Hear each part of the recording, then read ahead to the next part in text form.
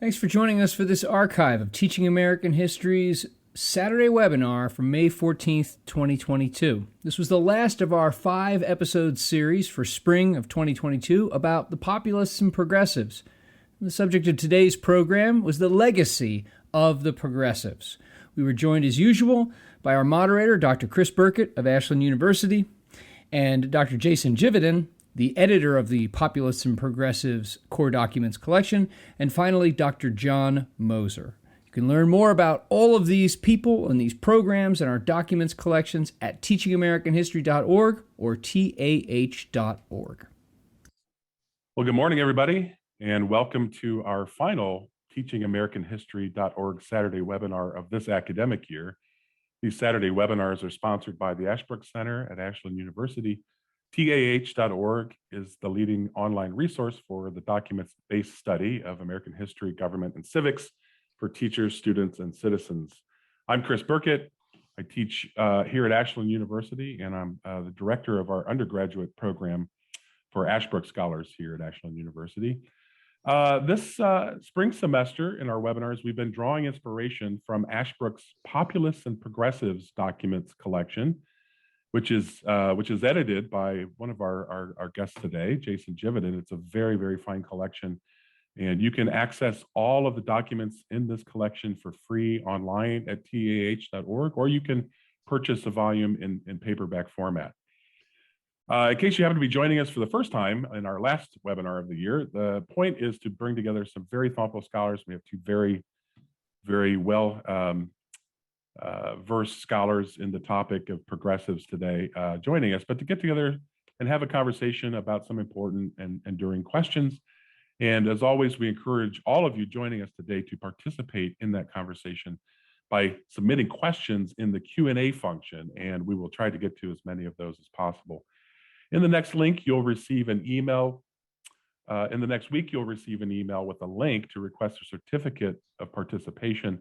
And that email will also include a link to the archived video and audio of today's program.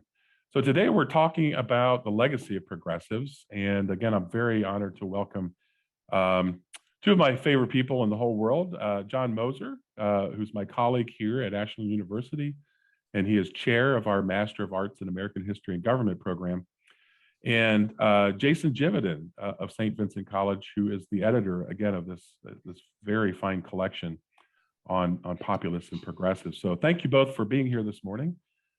I really appreciate your time. Thank you, Chris. Pleasure to be here.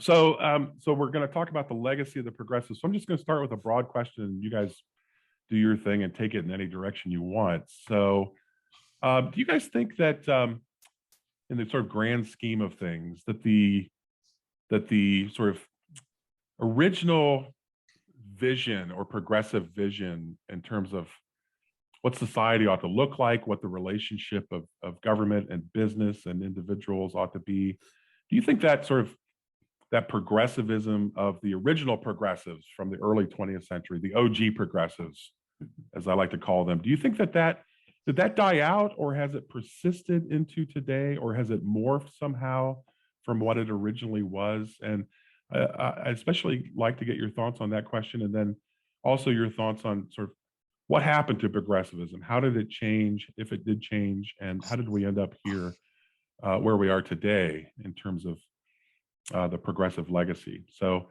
Jason, you're the editor of the volume. Would you want to go first? Have any thoughts on this or anything Yeah, else? I mean, just to get us started, I'd be really interested to hear what John has to say, and I'm sure this will be a theme that runs throughout the next hour or so. But I think myself, I'm a political theorist. I'm not an historian, and so I focus a lot on political ideas and how they change and where they wind up and how they're sort of in dialogue with one another. And I argue to my students here in a course I teach on American political thought that progressivism was not only a political movement, it was also an intellectual movement. And so I'm not convinced that progressivism ever really went away, but it does get absorbed into different facets of American political thought and American political development. And so I do think that what we tend to today, what theorists tend to call modern liberalism, that we might associate, say, with the New Deal or the Great Society, contains within it a great deal of progressive thinking. Things like arguing that there ought to be a more aggressive role in intervening into economic relationships in order to serve the common good, or the idea that out of that might come certain notions of economic rights that might have been heard of, to be honest, to say in the 17th or 18th century.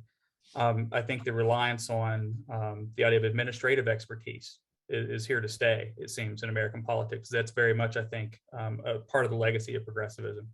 I think the way in which we think about the presidency, what the president's role is in American politics, how we look to presidents to be sort of moral rhetorical leaders, is very much a consequence of progressivism. I think it finds full flowering in things like the New Deal, and we'll probably talk more about that later with the Commonwealth Club address. But I think there are lots of sort of fingerprints of progressivism. Having said that, there are a lot of things that have changed. I think one thing that happens after the New Deal is a kind of emphasis on rights that's a little more full-throated than you would have gotten from the progressives, who are generally kind of ambivalent about or even skeptical of the notion of rights as limitations on government.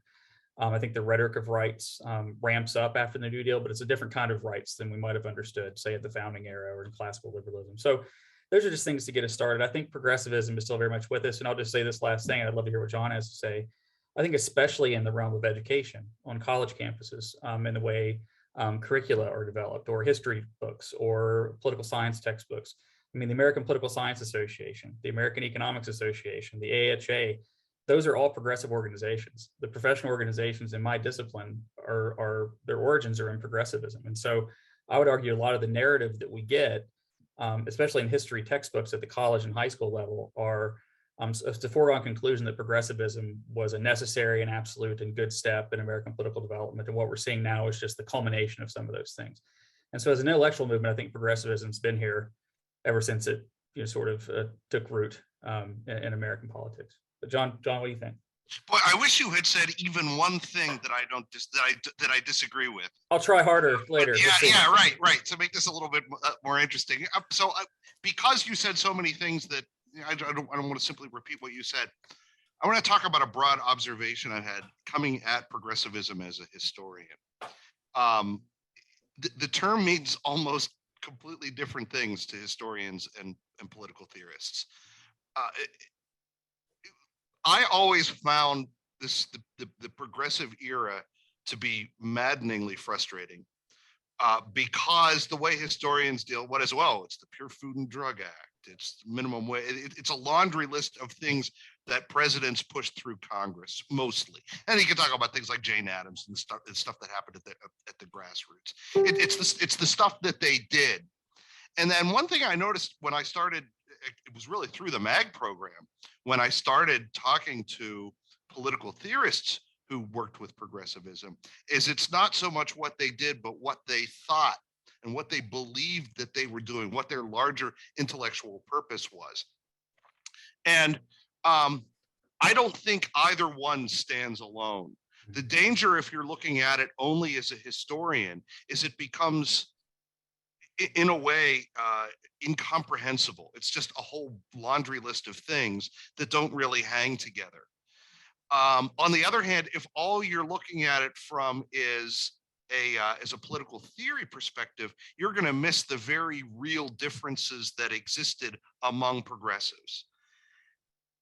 If you want to look at what the heart of progressivism is, and I owe a lot to the political science perspective, is the idea that the system that the founders created was fine for the late 18th century, and it probably worked for a good chunk of the 19th as well, but it was not suitable for the modern industrial age.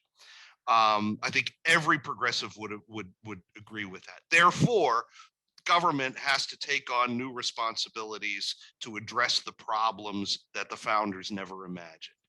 The other thing that I think they would all agree on is the notion that we need smart, educated people who specialize in a particular area, aka experts, to decide what really has to be done. Right? Ordinary people may be well-meaning, but they don't know enough about the nature of the problems. So you need social scientists. Again, this is something that I think every progressive would have accepted. And if you just look at those things, progressivism hasn't changed much. It applies to Obama or Elizabeth Warren as equally as it did to Woodrow Wilson and Theodore Roosevelt and Robert La Follette.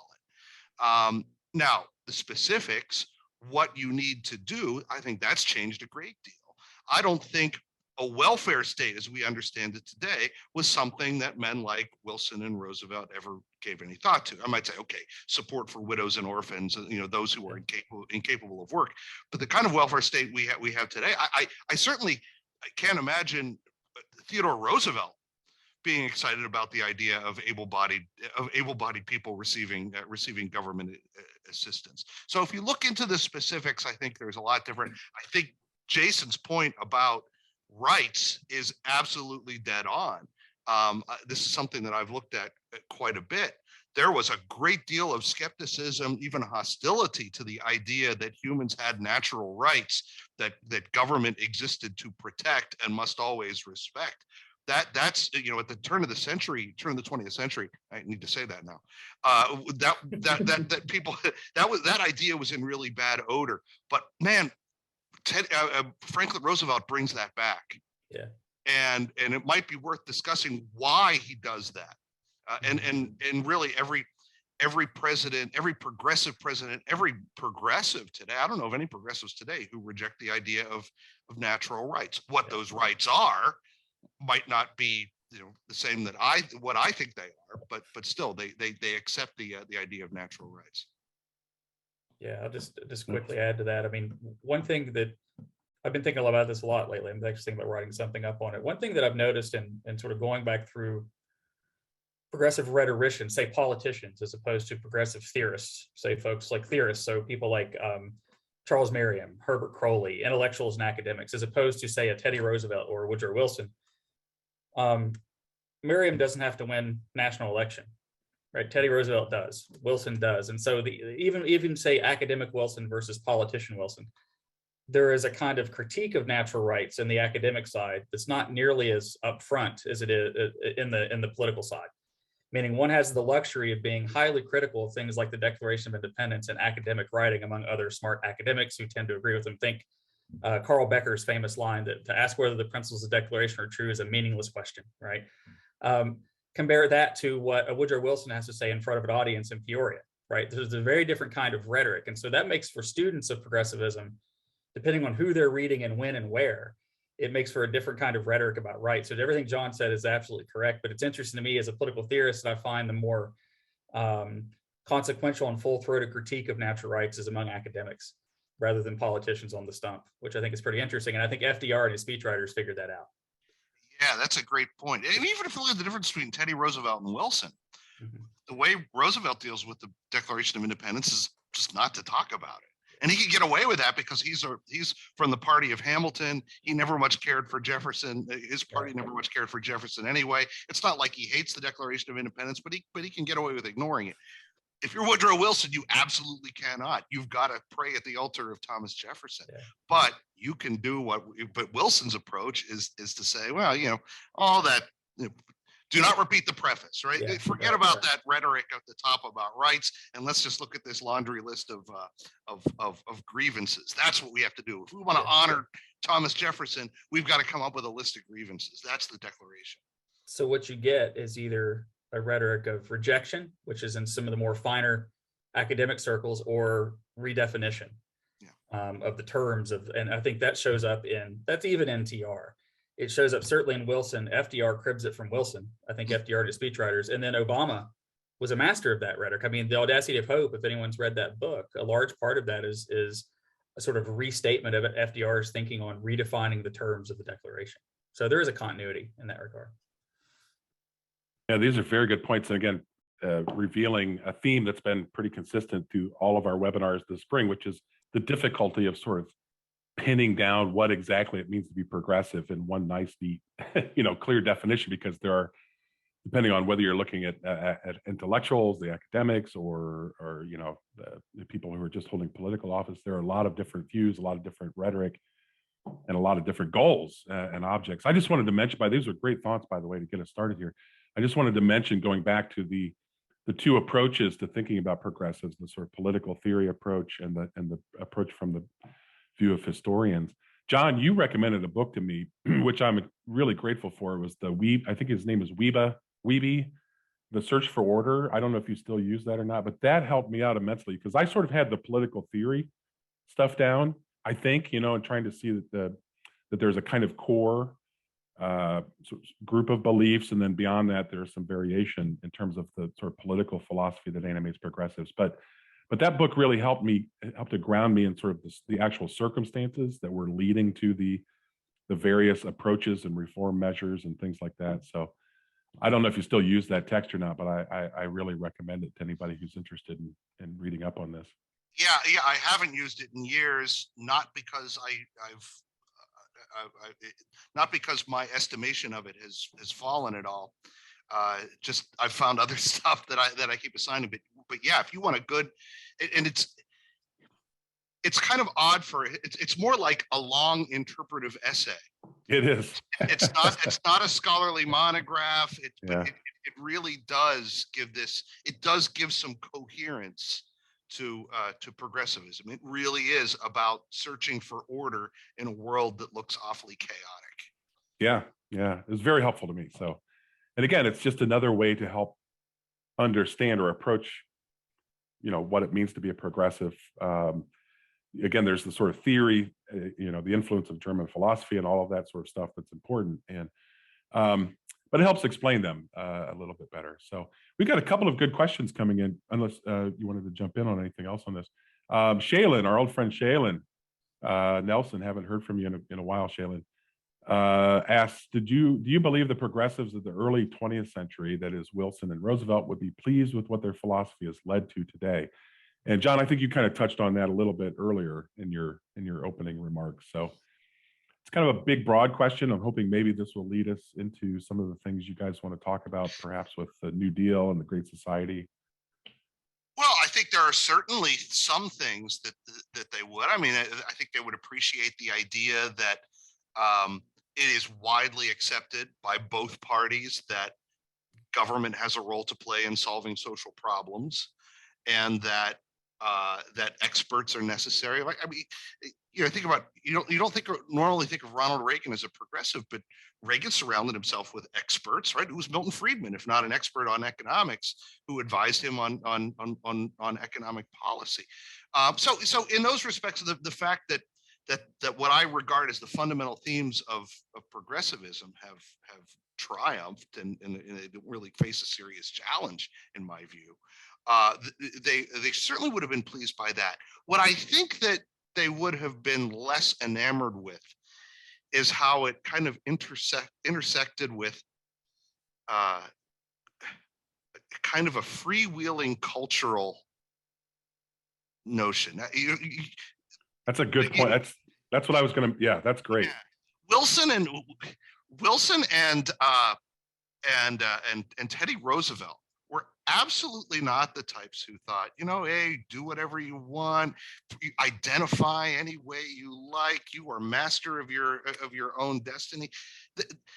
In fact, Teddy Roosevelt says, I don't like talking about rights so much. I think we should talk more about duties. We've forgotten about that's the fundamental problem they have with natural rights. It causes people to be selfish and just feel like they can do whatever they want. No, you have responsibility to society that's more important than anything else. And I think that idea persisted through the New Deal. I mean, there's a whole lot of moralism involved in the New Deal. Why are we in the situation we are today? It's because the values of the 1920s were corrupt, and we have to get back, right? The money changers have fled from the temple. We will restore it to its ancient truths. I can't imagine Lyndon Johnson or Barack Obama saying things like that. We're not getting back to some ancient truths. We're remaking ourselves. And in some ways, it's connected with the return of right speak. So there is, I hesitate to use the term libertarian, but there's almost a libertarian side to modern progressivism when it comes to individuals and their autonomy and their freedom to make choices and define themselves in any way they wish. I think that's a really important point, and it ties right into the conversation about rights and what happens with the rhetoric and the idea of rights. I think a sort of prior, if you want to associate with the founding or classical liberalism, sort of prior notion of rights often was there were natural rights, there were also positive rights. but rights that were rooted in nature often did have some corresponding duty that supposedly went with it. And they were rooted in nature. We understood them by reflecting on human behavior, right? Embedded in history, but human behavior. What is it makes a human being a human being? What makes us flourish? I think with the progressives, the turn to talking about the idea that political ends and means are best understood through historical development rather than focusing on something that's true everywhere and always, like some notion of human nature. That changes the way we talk about rights. And for the progressives, some of them are flirting with the idea that there might be rights that emerge from history, but they're mostly economic rights, that in light of the closing of the frontier and new economic conditions, there might be certain conclusions that have to be drawn about economics. And I think FDR and his speechwriters really fleshed that out later because of the crisis, the Great Depression. But John's got his finger on something. By the time you get to the 1960s, the latter half of the 1960s, rights are very much associated, not even with history, but just with will. That what a right is my overwhelming desire to remake myself into whatever it is I choose to be. And there's a lot of great literature out there in political theory and I'm sure among some historians about how that rhetoric of rights changes through different phases of modern liberalism. But here's my caveat. I think John's exactly right. A Wilson or a TR and FDR, I think, would be nervous about that language of rights, that there's a sort of unending sort of just expression of the will. And you're right, at the end of every famous TR speech at the end is a call to the moral character of the country, the type of human beings we have to be to have. If you're an indecent person, you will have indecent government, right? That's a TR sort of line. However, there are an awful lot of progressives like John Dewey and Wilson himself who argued that the purpose of politics is to equalize the conditions for individual self-development. That's not me, that's Wilson. That's not my language. The equalization of conditions for individual self-development. Be the best Chris Burkett you can be, right? And they're usually talking about economics, but the question is, how does one draw the line at economics based on that principle? And so some people say written into the DNA of progressivism is in fact identity politics, or the later rights. It's just the progressives didn't see it through. And so I don't know if that's all true. That's just something I've been thinking about in light of some of these questions. One other thing, just before I forget, things that I think the progressives would be pleased about. I think the notion of enlightened administration very much still is with us today. And it's an enlightened administration that's led by a rhetorical president. I think the way in which the president behaves on the right and the left, one of the best examples of a progressive president was Donald Trump, which blows people's minds when we say that. But the model in which he ran, the model in which he won elections, and the model in which he governed was very much indebted to progressivism, right? This powerful, rhetorically persuasive president, love him or hate him. And there are lots of other examples. Reagan dabbled in it as well with his speech making. It's not a right or left thing.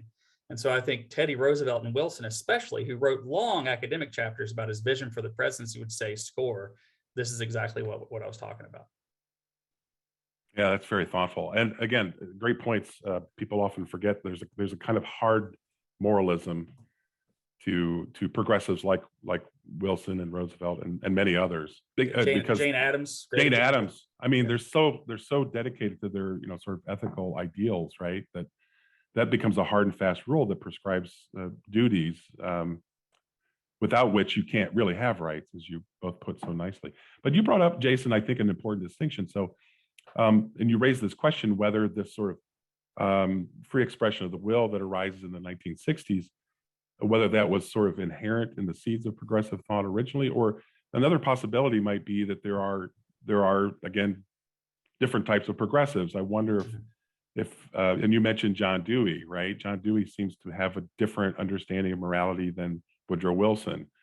I think in some ways he shares a kind of understanding of what's ethical or not, but for Dewey, I think he's much more willing to go down the road of saying nothing really, there's nothing really fixed, and that means there really is ultimately no permanent ground by which we can decide what is ethical and what duties are, right? So I wonder if it's not the John Dewey sort of version of progressivism that starts to come to the fore in the 1960s, whereas it's the Wilsonian progressive, morality that really comes to fruition in the New Deal. Yeah, it could be. One wonders if Dewey is not the more internally consistent progressive. That's sort of what I'm wondering is, does Dewey, much like Nietzsche said about Hegel, right? These things, if it's all just reduced to history, then these things are true but deadly. I'm going to take it one step further. There might be a sense in which Dewey sees I think, the direction that Wilson's thought is heading, and calls it what it is, which is a complete rejection of nature. Nice thought. Yeah, nice thought. Yeah, so that's very interesting. So I think we had a couple of questions in the chat. Again, if anybody's joining us, please submit your questions in the Q&A feature. It's easy for all of us to see them, I think. But Eric asked, Theodore Roosevelt said in one speech that he believes government must provide for the general welfare of citizens. He also argues for personal responsibility. How do we reconcile those two comments? I think we've sort of been doing that, right? We've been answering that for the most part, unless there's anything else that you would like to, either of you would like to add to that question. Just really quickly, I mean, the New Nationalism speech speaks to this. So do a lot of other writings around 1912, 1913, that, you know, TR is famous for trying to walk that line of suggesting there needs to be more government intervention at the state and federal level to help people who need help, right, in the face of an industrial economy where we're not able to go be yeoman farmers anymore. And so he walks that line, and he often will make comments that sometimes people see in tension. But I think for TR, the idea was, we want to secure the conditions whereby one can have equality of opportunity. But he is pretty consistent in saying, I'm not talking here about equality of results. Now, we could debate that, whether he really pulls that off or not. But he has that famous line in the New Nationalism where he says, I'm not here to pull any man up who will not be pulled, but I certainly don't want to push another man down, right? But he says that. But on the other hand, he says in several places that that we don't grudge any man gaining a fortune as long as that fortune represents benefit to the community. If the community deems that fortune more useful in the community hands, then we'll take it. And so there's one of the most frank statements of redistribution in American history in the New Nationalism address. And so you have he's walking that line. So I grant there's a seeming tension there, but I think in Roosevelt's mind, he sees them as consistent.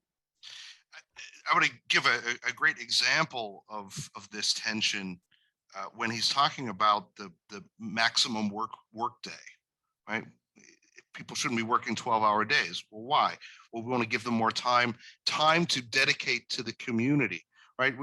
Theodore Roosevelt doesn't want to give them 2 or 4 extra days to spend, hours a day to spend in the saloon.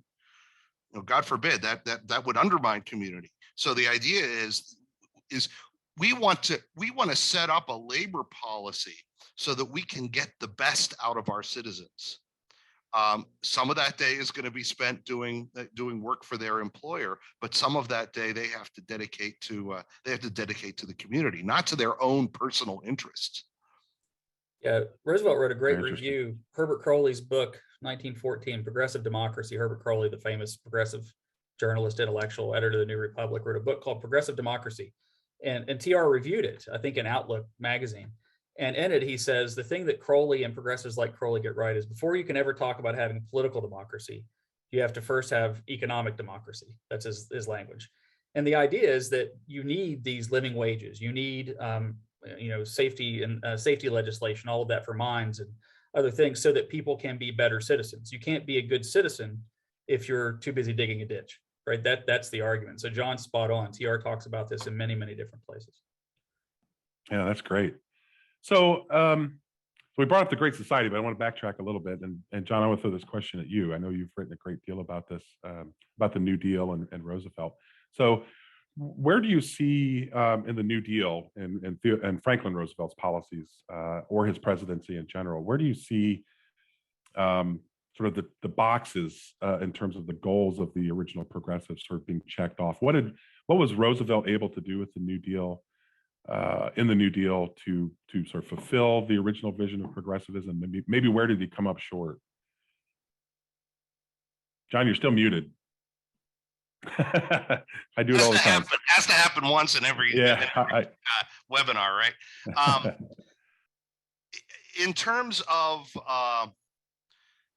the many bureaus and agencies that were created, the so-called alphabet soup of the New Deal, that was certainly progressive inspired. One of the things that I find so interesting about the Commonwealth Club address, everyone pays attention to it now. It got almost no attention at the time. It was not regarded as a successful speech. People found it boring. FDR never returned to that theme again during the 1932 campaign, although in many ways it did show the direction that he was heading in. One difference I see, and I don't know, this is something that's occurred to me fairly recently, and Jason might disagree with me, but Roosevelt liked to talk about bold, persistent experimentation. And I think that implies a level of epistemic humility that I don't know if the first generation of progressives had. Right? They said, well, we don't need to experiment. We know we have smart people who know what needs to happen. So we just do it. FDR says, well, we're going to try one thing, and if it doesn't work, we're going to try something else. I mean, it's still progressivism because it's going to be experts who are doing the experimenting. On the other hand, if you think some of the implications of this are horrific, as if human society is a big petri dish that we can try experiments on. That it's an epistemic humility almost combined with this amazing hubris that society is our workshop that we can toy with. Oh well, that broke. That experimentation was a disaster. Well, that there are human lives at stake. Now that failed, so we can just no hard feelings. We just do something else and hope that the next one works. So that can get expensive. It can. It spend a lot of money on these projects. Sorry, Jason, go ahead. Yeah, I was gonna say, John, that's a really good thought. I've tried to think about this too, and I'm not sure that I've made up my mind. I think you're onto something, although I would think that in some cases, we've mentioned Dewey a couple times. Dewey's pragmatism has a pretty healthy element of that sort of embrace of experimentation, because his version of pragmatism would say that the truth of what we're doing emerges out of the results. And so I think there's something of that going on. And I do know that Adolph Burley, who's really responsible for a large part of the Commonwealth Club address, and some of the brain trusters had argued that what we're trying to do with the New Deal is to put into practice Dewey's thinking.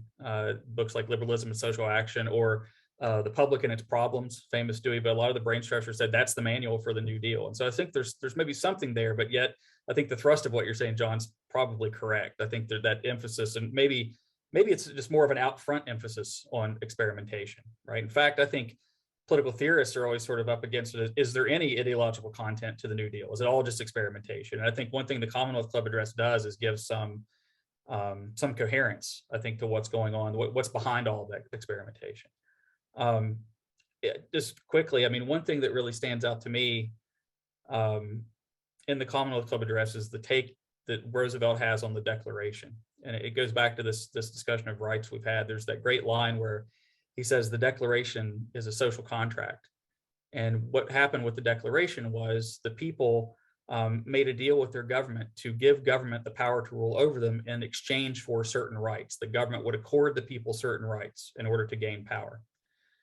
That's not what the Declaration argues. The Declaration argues that government comes to preserve pre-existing rights that we already have. They're not accorded to us by government. We have them already by nature, and then what government's supposed to do is secure them. So that there are two very different versions of what's going on with the Declaration between, say, a Thomas Jefferson and a Franklin Roosevelt. And for Roosevelt, it seems that government in many ways is the source of those rights.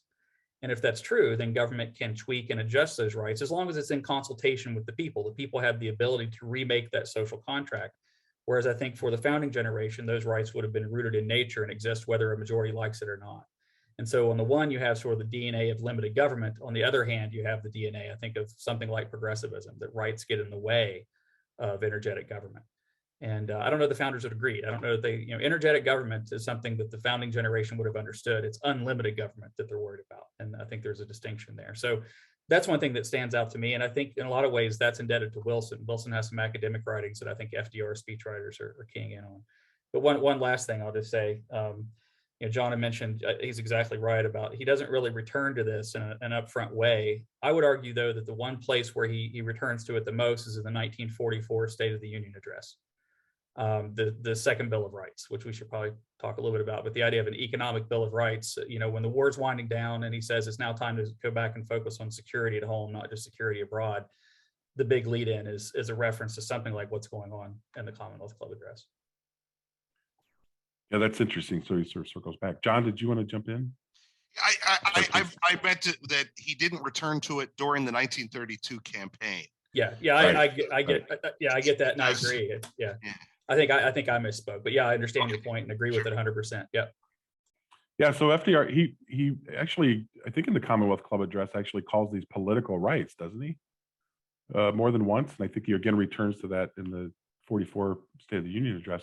But there's this odd distinction he makes in the Commonwealth Club address, I think, between, is it property rights and what he calls rights of personal competency? Right, If I remember correctly. I've always, and that's the only place that I know of where he actually makes that distinction is in that speech. But and apparently Jefferson never drew that distinction. no. There was a letter that somebody wrote to Jefferson trying to make that distinction, but Jefferson didn't agree. I don't know that he expressly rejected it, but he certainly never claimed to agree that there are these different categories of rights. Yeah, so rights of personal competency, right to speech, free speech, and religion, and all that stuff that is absolutely we never, government can never interfere with those. On the other hand, property, if we don't check the rights of property and among some, then it's going to affect others. So these are a different category that we can interfere with without messing with the founder's intent. Yeah. Yeah, and FDR makes where speechwriters take a bold step in asserting not only a Commonwealth Club address, but also then again in 1944 that we actually enhance property rights by being able to restrict them, right? So just kind of an interesting argument. Sorry, Jason, I didn't mean to cut you off. No, you didn't at all. I think that's all really helpful, really great. You'd mentioned this sort of hodgepodge of, I don't know, different adjectives to talk about rights. And another thing he says in 44 is he refers to those political rights as inalienable political rights. Usually we talk about natural rights being. What does that mean? Right. It really is for the political theorist, your head explodes. Okay, what exactly does it mean? Because, I mean, in all seriousness, there are a lot of political rights out there. We might even say civil rights, the rights of a citizen, that might not necessarily be inalienable. Inalienable means they can't be consented away. And that's not clear of all political rights. So it's just, there's kind of a strange language going on that for some folks, when we read it, we're just, and I do mean I'm not being disingenuous, just trying to figure out what exactly is being said. Yeah. Yeah, I always got the sense that again, Burley and other speechwriters were being either throwing sort of everything in there or just being really clever about we're just trying to make sure we get all the right adjectives in there so that we don't, drive anybody away. Yeah. Especially since, we're trying to get Democrats united behind FDR. So, what do you think about the particular, again, John, I'll throw this at you first, if you don't mind, like particular policies that come out in the New Deal, the Agricultural Adjustment Act, National Industrial Recovery Act, Social Security. Are those things that the earlier progressives you think would have thought should be the sorts of things that government should be trying to do, or? I mean, that's kind of a specific question. Yeah. So I think there are a couple of stages. A lot of historians would agree that there's this distinction between the first New Deal and the second New Deal. And I see the first New Deal as more classically progressive in the sense of, okay, we're going to create these administrative structures that will harmonize the interests of various constituencies. So we're going to the Agricultural Adjustment Act. We're going to assist the farmers, but it's also going to help the consumer. It's a win-win for everyone. National Industrial Recovery Act. Representatives of various industries are going to get together and they're going to come up with codes. Each one of these codes is going to have input from labor and from government. So that's very progressivism, right? The national interest, which supersedes the interests of any particular group, is king. The second New Deal seems more overtly political in the sense that it is about delivering the goods to specific interest groups that are supporting Roosevelt. So, okay, this is for the farmers. This is for labor unions. And in fact, one of the things I'm very interested in, and I find that most political theorists don't know about this. There was a book by Otis Graham An Encore for Reform that was written in the 60s, I think. And it was a study of those progressives, the original progressives who were still around in the 1930s and still active, and looked at what they thought about the New Deal. And this is fascinating to me. More of them disapproved of it than approved of it. Now, some of them, like John Dewey, disapproved of it because he didn't think it went far enough. That was not the case with most of them. Most of them thought this is not what we signed on for. And one of the things they cited was the New Deal has lost the idea of a common good, and instead it's about delivering the goods to particular interest groups. And it's often said that FDR pioneered interest group democracy. It's about mobilizing these. It's not about getting the machines working. It's about payoffs to specific groups. And that's something that rankled in the eyes of the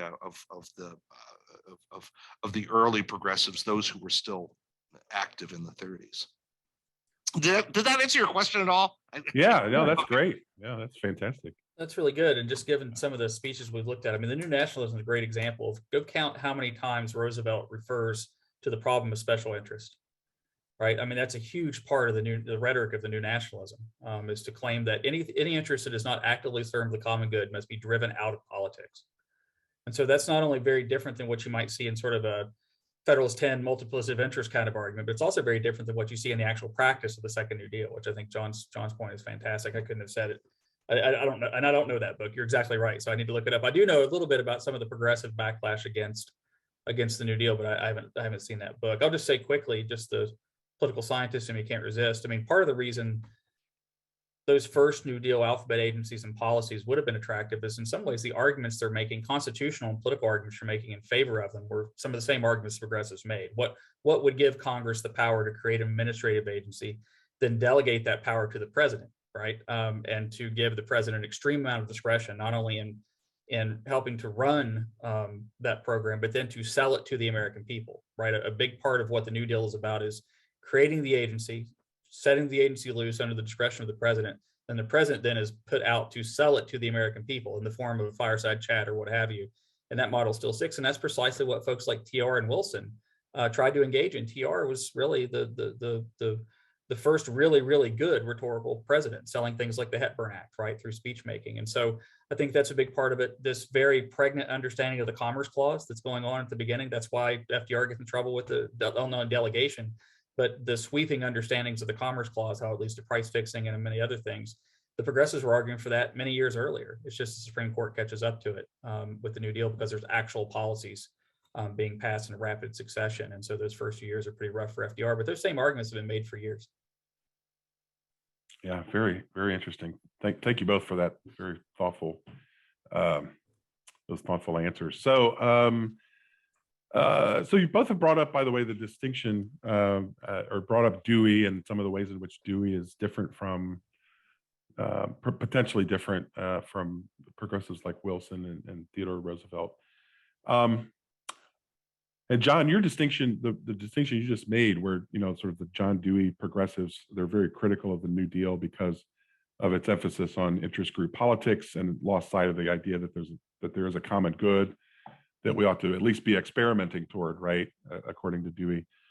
And then I had heard, Jason, I think you and I may have talked about this before, it's been a couple of years, that Dewey's other critique of the New Deal was that it was, in the end, it settled on sort of fixing economic problems, right? It was too sort of focused on creating this this system of government and economics that Roosevelt had called for in the Commonwealth Club address, and it sort of lost sight of the idea that creating sort of economic equality or prosperity or diffusing that wealth is just the first step towards giving people greater opportunities to do higher things in life, whether they be creative or scientific or cultural or whatever they might be.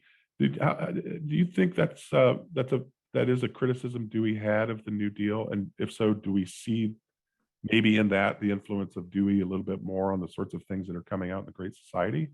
I think so. I think you can see that not only Dewey, but also there was a prior critique of even TR from Herbert Crowley on a similar, and so a lot of folks that looked at the influence of not only Dewey, but Crowley on some of the great society rhetoric. And because both would say that the sort of, we're talking here about an economic floor, so we can bring people up to having certain baseline understandings of economic security, so then they can begin to develop themselves into whatever creative capacity they might be able to pursue, be it the arts, or be it literature, or be it poetry, or be it just being the best plumber that you can be. And my dad's a plumber, so I know about good plumbers, right? So whatever it is you want to be, you have to have that economic base. So I think there's something to that. I think that is a critique of the New Deal from Dewey's point of view. I have in mind Liberalism and Social Action, famous Dewey tract, where he makes this argument about the problem with the closing of the frontier and the new industrial economy is it's stifled equality of opportunity. But he's not just talking about economic equality of opportunity. He's talking about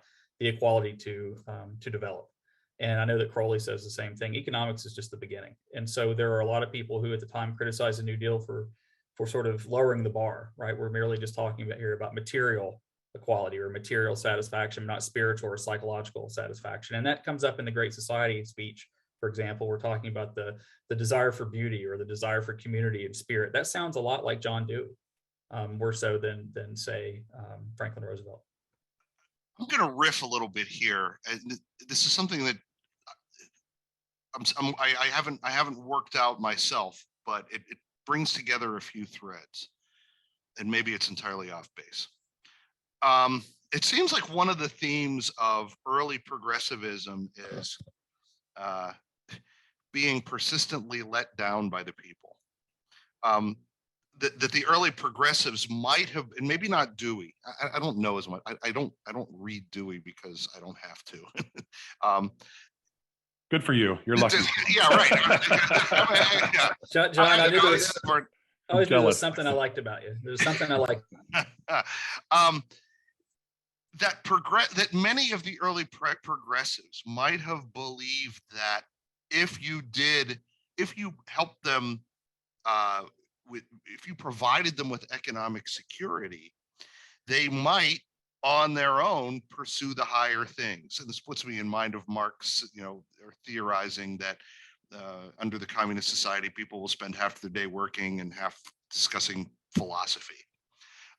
So we're going to provide what we need to provide, and then they will rise to the occasion. But they don't do that, right? And the progressives become disillusioned by the 1920s that, oh, look, the people want to support somebody like Warren Harding, and they want to withdraw from international responsibilities, and they weren't what we made them out to be. And I'm wondering to what extent the move that we talked about before, the move toward progressive saying, we're just going to, it's up to individuals to choose their own destinies and their own identity and make themselves into whatever they want. If it feels good, eventually morphing into almost an if it feels good, do it mentality, is this notion that, well, we set up lofty goals for people that they would aspire to if we provided them with this economic security. But ultimately, who were we to tell them what their lofty individual goals should be? As long as we provide the security, let them define for themselves what a worthwhile goal is. I don't know. Again, I'm riffing here. Yeah, I don't know. I mean, in a lot of those progressive, at least among intellectuals and academics, there was a real faith in history, as a capital H, a progressive history that was going to realize this moment at some point. Whereas one gets the feeling with just to take the New Left, for example, or even sort of elements of more mainstream, even Democratic Party politics of the late 1960s, that there's still the occasional nod to progress or the occasional nod to history, but one wonders if they're quite so persuaded of the fact that it's all going to turn out okay. I hesitate to use the term nihilism, but a kind of not quite so confident. And I'm not someone who likes to just talk about the zeitgeist all that much, but at the turn of the century, there's such an exuberance, and turn of the 20th century, such an exuberance and enthusiasm about the direction that politics is going to take us, that expertise is going to take us in that direction. By the end of the 1960s, I don't know if there is a faith in experts of fixing problems, but I don't quite get the the rosy historical feel one would have gotten in 1900. So I think all these things are related, John. I'm trying to figure it out myself too, and think about what sort of accounts for that. Yeah, that's interesting. Even early 1960s, you mentioned the New Left, and me think of the Port Huron Statement and the kinds of the growing sense that we've been overconfident in the ability for government to just follow the sort of early progressive playbook, and now we look around and we find that we're in some ways worse off than, we're better economically, right, in the late 50s, early 60s. Yeah. Most people are, but we're not sure that we're really as still on the right track. So there's a kind of potential crisis growing there. I wonder too if there wasn't already in progressivism, because of the very disparate elements. It's hard to talk about a progressive movement because there's so many different folks that don't always agree. But even within some particular thinkers like TR, there was already a tension there, though, in thinking about the people, right? We've got this great embrace of more direct democracy among some progressives, initiative, referendum, direct primaries, direct election of senators, all of that. But on the other hand, they're saying at the same time, but we need these unelected, essentially unaccountable bureaucratic elites to make sure that and so the way Wilson dealt with it was to draw a distinction between politics and administration, right? Politics would be the realm of rhetoric and winning elections and kind of the dog and pony show, whereas the real business is going on in administration. They can be relieved from that pressure. And so there was already a kind of tension, I think, in a lot of progressives about just how confident are we in the American people. And I think that never really went away. Yeah, very great. Good points. Very thoughtful. Got a number of good questions. I'm holding off some of these here till a little bit toward the end because they're sort of big sort of wrap up sorts of questions having to do with more recent things. But Adam had asked earlier, in what ways did progressive thought affect Republicans and Democrats in the 20th century? I think that's a great question. And I would just throw in there as well, how does sort of conservatism fit in, both in terms of the rise of conservatism in the late 50s, early 60s? How does that fit in with the development of progressivism in the 20th century? And then where's conservatism gone with regard to progressivism in the last 5-6 decades? So how did it affect the parties? I've been reading Matthew Continetti's The Right, a fantastic book, by the way, and it seems to me that the progressive movement that emerged in opposition to the New Deal and really became stronger during the early Cold War was more anti-progressive than what we know as conservatism today. And I think a lot of it, I think that it may have been Ronald Reagan who brought about progressive conservatism. Continetti doesn't explicitly say this, but he does talk about how, in terms of disposition, Reagan was very different from the conservatism of the 40s and the 50s and the early 60s, right? They talk about don't immanentize the eschaton. And it's all about despair, right? Civilization is slipping away. And then here's this guy, Franklin Roosevelt, who idolizes Ronald Reagan, who idolizes Franklin Roosevelt. He says our best days are ahead of us. It's morning in America. This was not a language that conservatives had been accustomed to speaking. So there may be some connection between this rhetorical aspect of Reagan and the fact that he is Pat Moynihan in 1980 or 1981 said that suddenly the GOP has become the party of ideas. The conservatism of the 50s and 60s was the party of, I hate that idea. It wasn't the party of let's replace this with other ones. So this is the method, the basic methods of progressivism. Okay, let's use government and use experts to solve the problems of the present. There can be a progressive version. And I think Teddy Roosevelt would have called himself that. Teddy Roosevelt talked about how he was a conservative all the time. He said, reasonable conservatives want these reforms because the alternative is revolution. And so this what we call conservatism today, I think, does owe a lot to the progressive movement. Yeah, I'll just add a couple things. I mean, John had mentioned the sort of the conservatism of the 50s and 60s. I don't like that, right?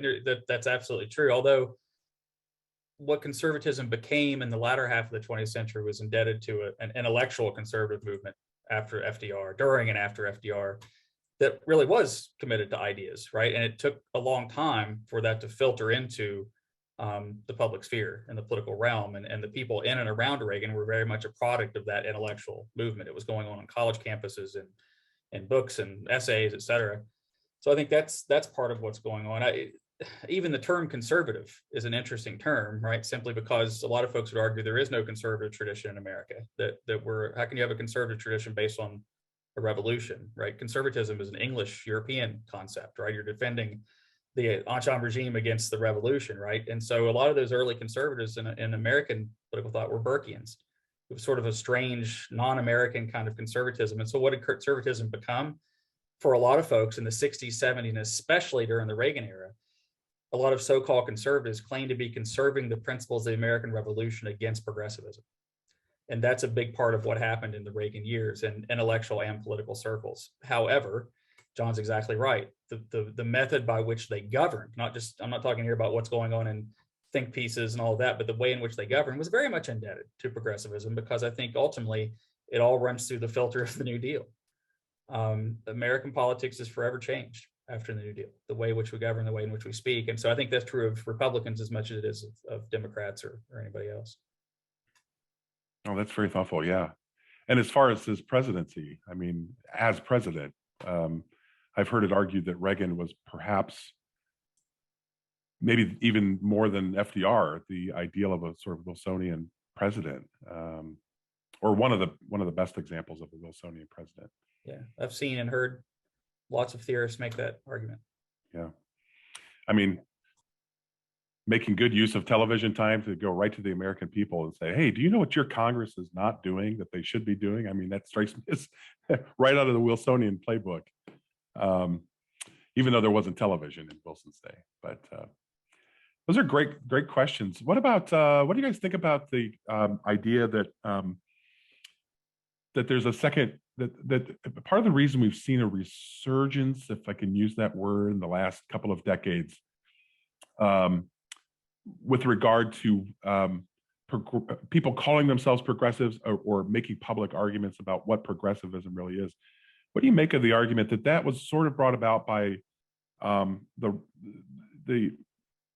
what George W. Bush called compassionate conservatism? Even the first Bush, had this sort of, seemed like he had a little bit softer understanding of what conservatism was and stood for. Compassionate conservatism, has that affected progressivism in the 21st century? Any thoughts? Maybe if the answer is no, just say no. I'm thinking. Here's where I'll be riffing. But John, why don't you go ahead? I'm thinking. It's clear that the term progressive had fallen into disuse and then got picked up in the 2000s. I don't remember it in the 90s. There was the term liberal was out there. I don't know that Clinton embraced the term. I don't remember. Or progressive because he was too pragmatic in a way, right? Right. Yeah, he's the ultimate pragmatist. And I believe it was in the 2008 primaries that Hillary Clinton called herself a liberal and Obama called himself a progressive. Yeah. And I think that the term liberal had become such a term of abuse in the 1980s that it became difficult to bring that back. And so, okay, we found progressivism has just been lying around since, Franklin Roosevelt never referred to himself as a progressive. Lyndon Johnson never, to my knowledge, or John Kennedy, even though they followed what we might call progressivism, they referred to what they practiced as liberalism.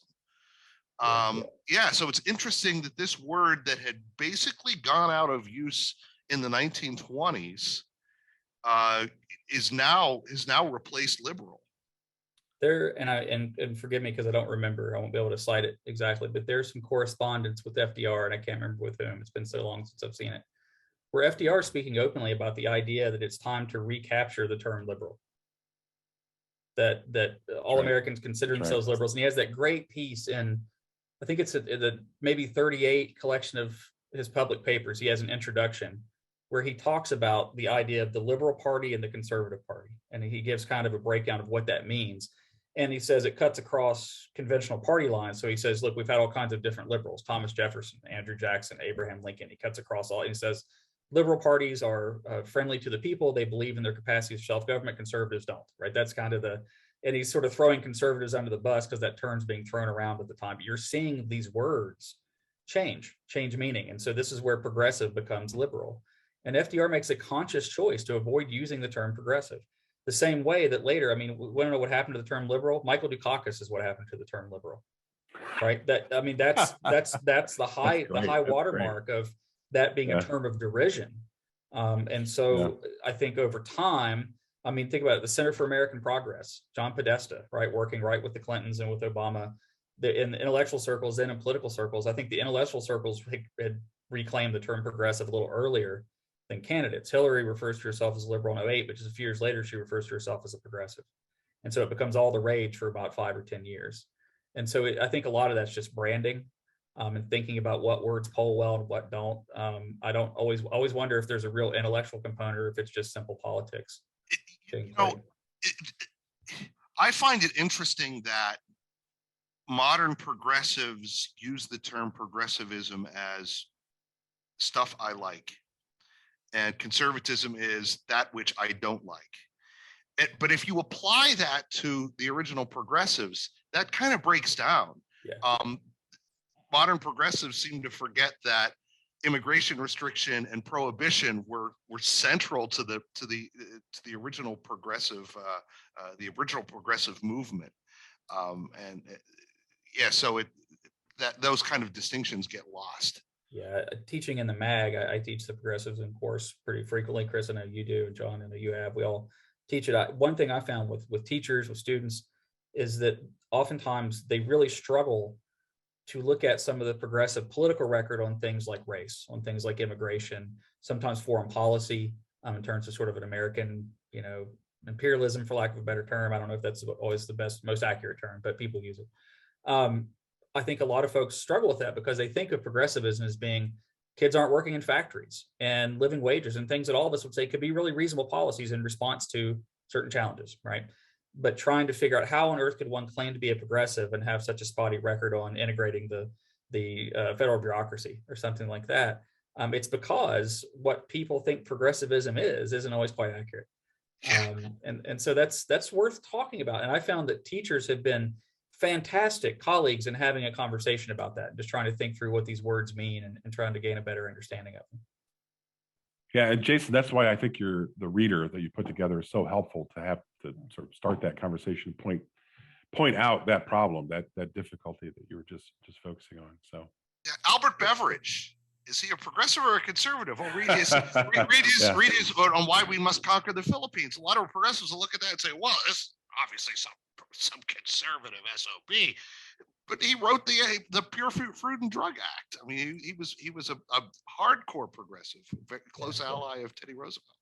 I think that's, speaking of the reader, Beveridge is a great example of a reading we can use to start a conversation like that. Is I think if you're rooting your political principles in the idea that history is moving, or it's developing, or it's Darwinian, or it's organic, or it's Hegelian, once you sort of cross the bridge of saying, and not everybody is in the same place on that trajectory, then it opens up all kinds of doors for making arguments about civilizations or races of people that are not yet ready for or deserving of liberty. And that's a stark sort of argument that I think a lot of folks are unprepared to read until they see it in print.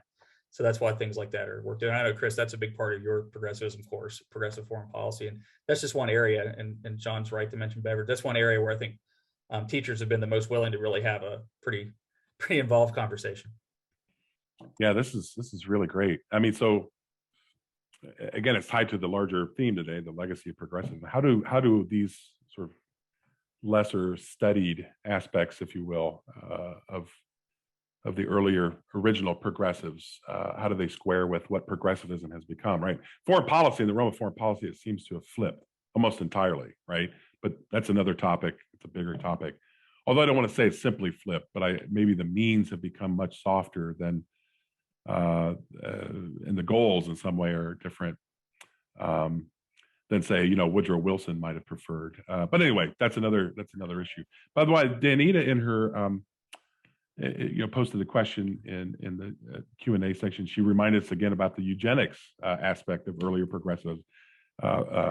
Progressives. How does that square with the progressive tradition into the 21st century? I'm not asking you to answer that necessarily, but just another point to keep in mind, that there are some maybe these things become so difficult to sort of make linear because of the original disagreements and different views among the original progressives. Sorry, Jason, to cut you off there. I was going to say, I think one word, just to speak to that very question, and I certainly can't, there are so many nuances, it'd be hard to make a real general statement. Although, we had Obama's second inaugural in here. And one thing I think that Obama was really good about in terms of rhetoric was trying to connect his understanding of policy proposals to this longer tradition of what he called the American promise, which LBJ made used the same rhetoric. So did Herbert Crowley, so did Woodrow Wilson. It's an old idea, the American promise.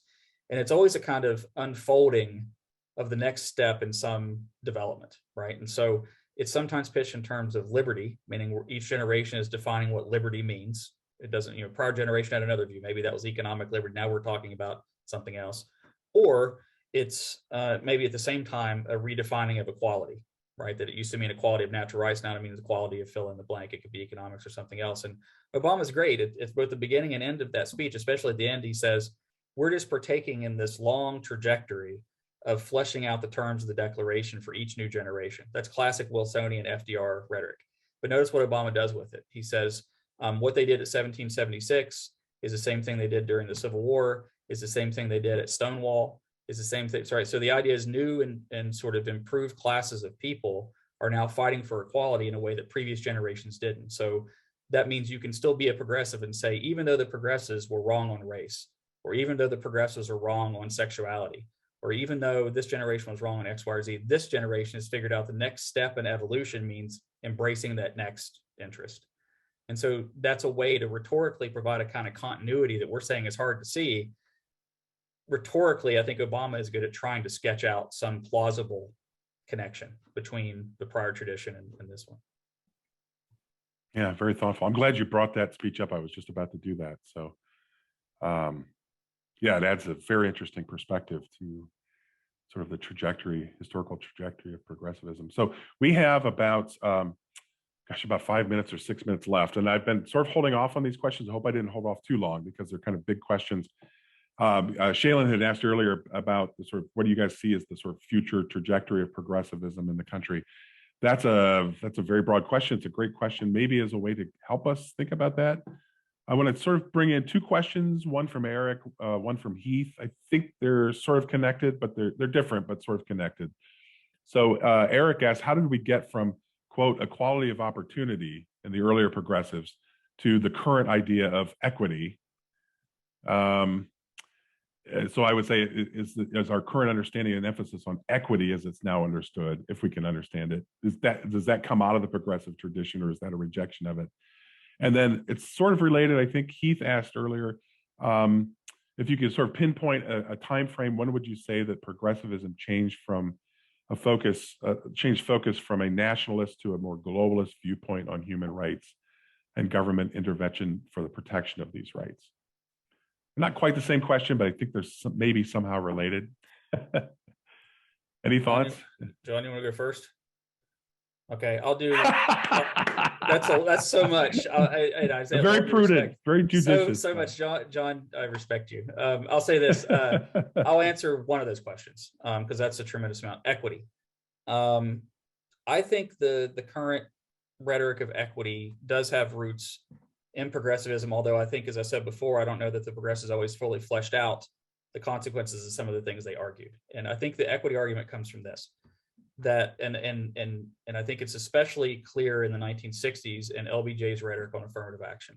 Think the Howard Address, right? Famous Howard address at Howard University, where in the Moynihan Report, where the argument is the next stage in the battle for civil rights is going to suggest that merely having formal equality of opportunity of political rights on paper means nothing if they don't achieve results.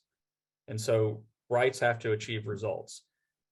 That's where the equity language comes from, because you can make sure everyone has the 1964 Civil Rights Act. You can make sure everyone has the 65 Voting Rights Act. You can make sure that in real life, people have equal political rights, finally. But unless that results in a material quality, then those formal rights really aren't good enough. And so this is why in the Howard Address, Moynihan wrote the speech, but LBJ says, it's not enough to open the gates of opportunity. People have to be ready to walk through those gates and succeed. And Moynihan just flat out says in that report that the next political battle is going to be making sure that there are tangible, equal results between groups of people based on race.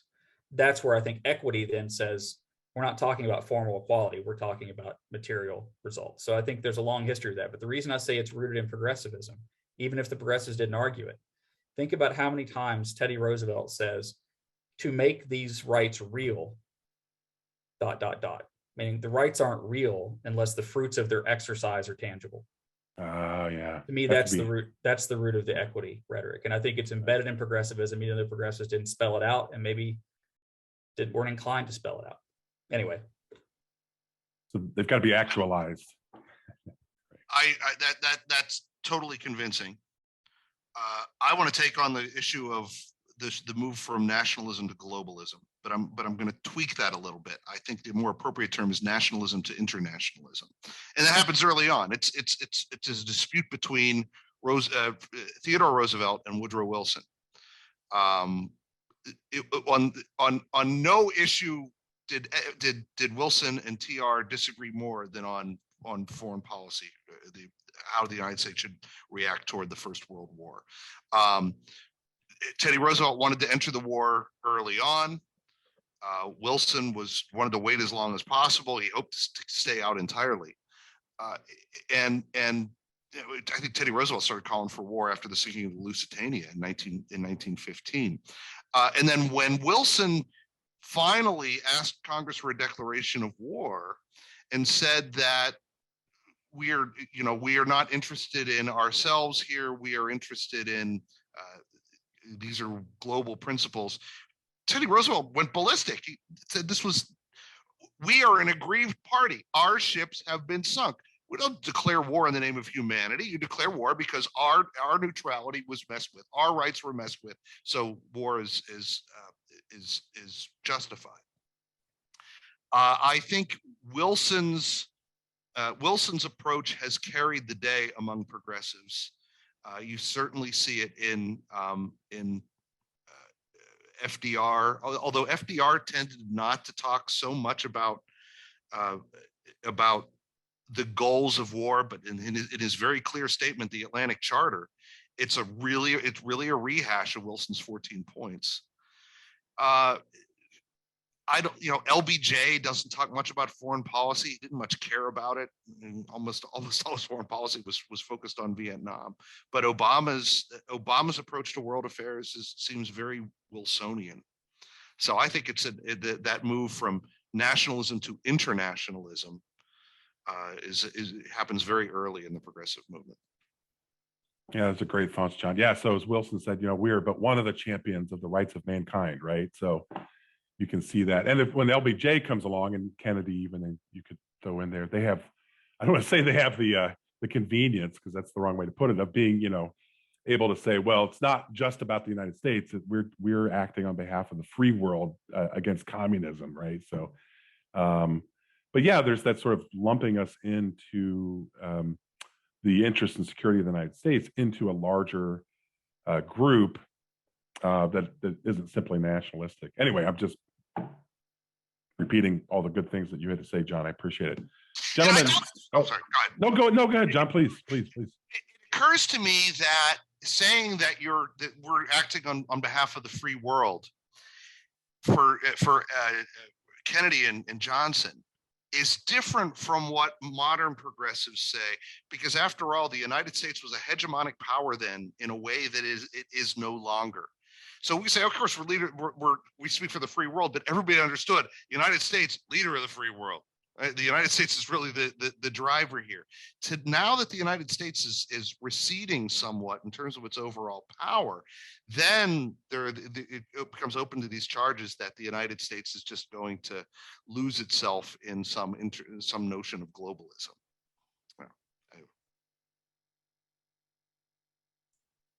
Oh, you're muted, Chris. Sorry. Thanks, John. Very good point. I did it again. I do it at least once every time too. So, gentlemen, we've come to the end of our time. Thank you so much. This has been really fun. I always enjoy our conversations. I've learned a bunch. So thank you very much. Pick up some, John's got some great books out there on, these topics. Pick up Jason's Reader. Jason's published quite a bit as well. Read stuff from these guys. They're very thoughtful. And I think that you will find them very useful if you're interested in pursuing these topics further. So, gentlemen, thank you again, both very much. That was really good. Thanks, everyone. That was great. That's fun. Yeah. And thanks for some great questions. Helped keep the conversation going along. Just a reminder again, you will receive an email with a link for your certificate of participation. If you enjoyed our webinar today, please look into the other resources that TAH.org provides. Share some of these things with your colleagues and friends on social media. Send them links. The more we can get involved and making use of these great resources, the better. So again, thanks everybody for joining us for this series of webinars this semester. Look for the schedule of next year's Saturday webinars coming fairly soon. The theme for our webinars next year will be American controversies, and we'll be asking questions like, does the Declaration of Independence still matter? Is the modern presidency constitutional or unconstitutional? These sorts of questions. So we'll come up with a series of interesting questions, and we'll think them through with some very, very thoughtful scholars. So take care until then, and I wish you all the best in the meantime. Thanks, everybody. Thanks again for listening. You can learn more about our documents, programs, and resources for teachers and students at teachingamericanhistory.org or tah.org.